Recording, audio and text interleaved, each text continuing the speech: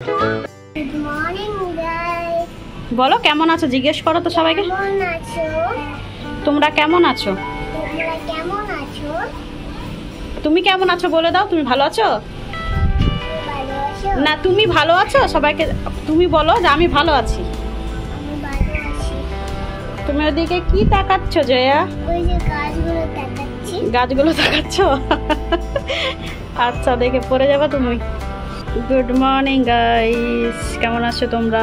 জয়া আজকে তোমাদেরকে good morning বলছে। আলহামদুলিল্লাহ। হাঁচু ঠান্ডা লেগে গেছে। আর এখন আমাদের জন্য সবার জন্য রেডি হচ্ছে চাউমিন, সবার ফেভারিট। তো এখন আমি এখানটায় সেদ্ধ বসিয়ে দিয়েছি। চাউমিনটা হয়ে গেছে সেদ্ধ করা। আর তারপরে আমি একটু কিছু সবজি টবজি মিক্স করে ভালো করে এটার মধ্যে দিয়ে দিব, কারণ চাউমিনে তো অবশ্যই যত বেশি সবজি দেবে তত বেশি টেস্টি হয়।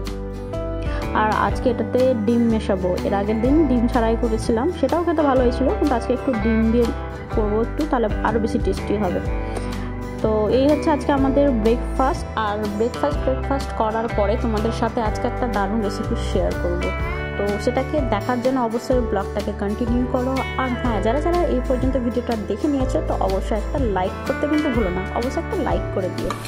আর এই দেখো এখানটায় আমি ডিমও বসিয়ে দিয়েছি, ডিমটাকে ঝুড়ো ঝুড়ো করে নেবো, তারপরে ওপর থেকে মিক্স করে নেবো। তো দেখতেই পাবে। তো চলো দেখতে থাকো ব্লগটা, আশা করি তোমাদের ভালোই লাগবে। তো এই দেখো ফাইনাল লুকটা এরকম হয়েছে চাউমিনের। দেখতে একদম দোকানের মতো লাগছে না? নিজের তারিফ নিজেই করছি, তোমরা করবে না কি করবো, আমি নিজের তারিফ করছি। তো যাই হোক, খেতে কিন্তু ভালোই হয়েছিল, সবাই ভালোই বলছিল, খেতে সবার ভালো লেগেছে।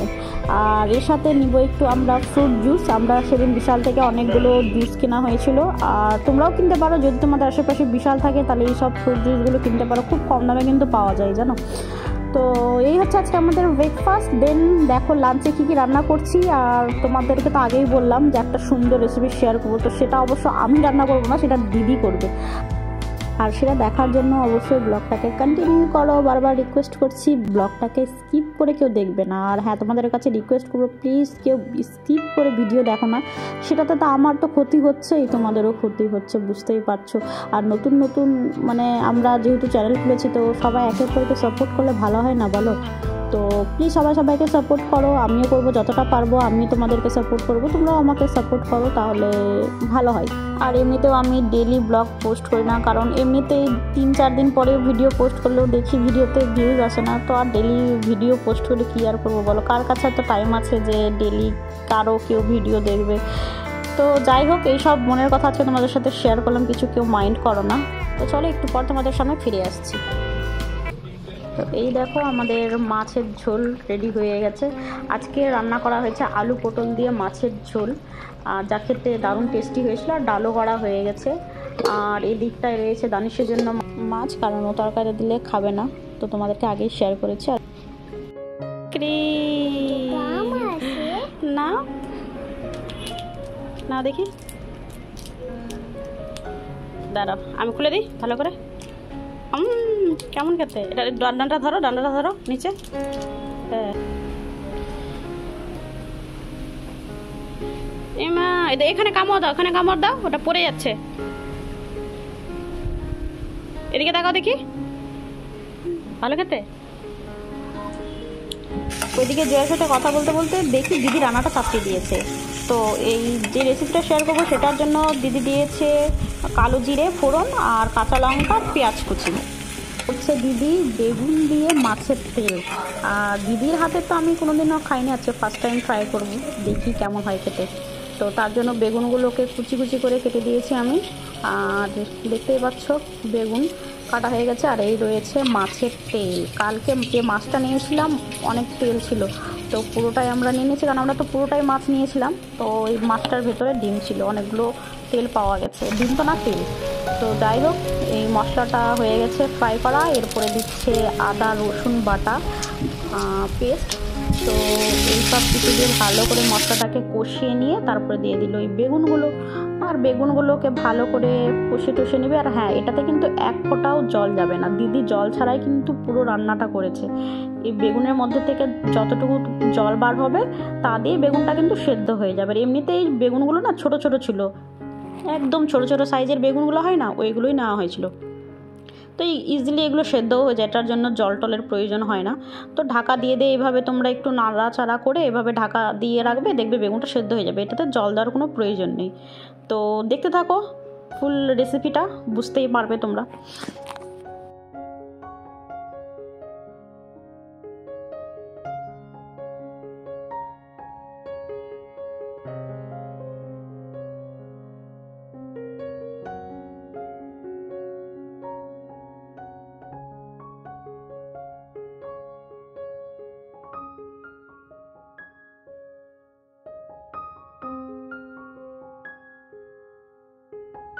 সো গাইস, এখন দেখে তোমরা বুঝতেই পারছো যে বেগুনটা 70% সেদ্ধ হয়ে গেছে। আর এখন দেওয়া হবে মাছের তেলটা। তো মাছের তেলটা দেওয়ার আগে যা যা লাগবে সেটা তোমাদেরকে দেখিয়ে দিই। তো মাছের তেলের মধ্যে বেশি কিছু যাবে না, যাবে হলুদ আর একটু লবণ, আর যাবে একটু শুকনো লঙ্কার গুঁড়ো।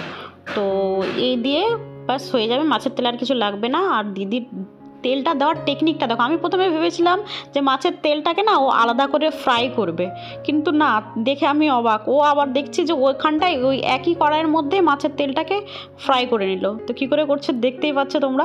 মাঝখানটায় এইসব বেগুনটাকে সাইডে সরিয়ে আর মাঝখানটায় একটু তেল দিয়ে আর ওখানটায় মাছের তেলটাকে দিয়ে দিবে। আমি তো ভাবলাম যে বাহ, ভালোই তো বুদ্ধিটা।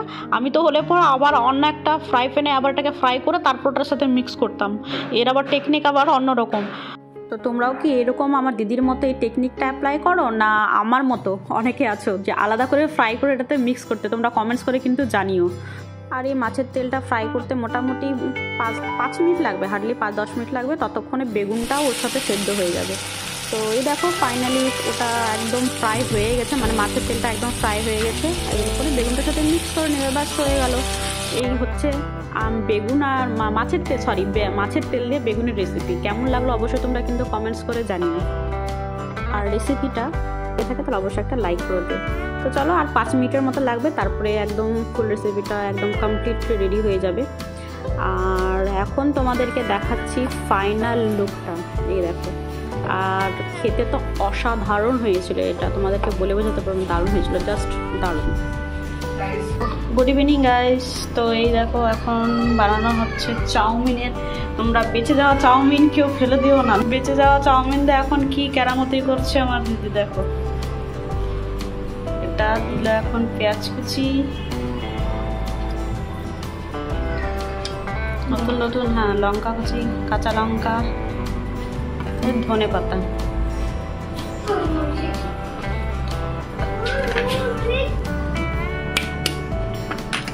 দিচ্ছে ডিম,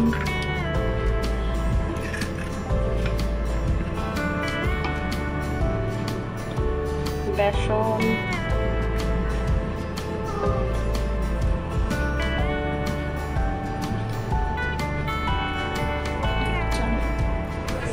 দেওয়া হচ্ছে একটু চালের গুঁড়ো।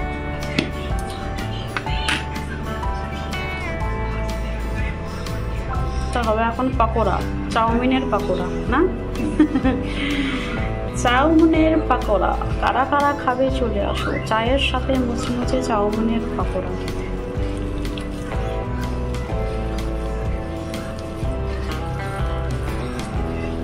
চলো আমি গ্যাসটা অন করি।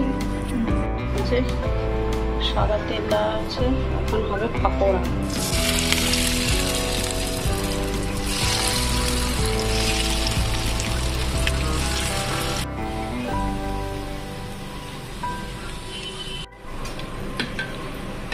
এই যে হয়ে গেছে।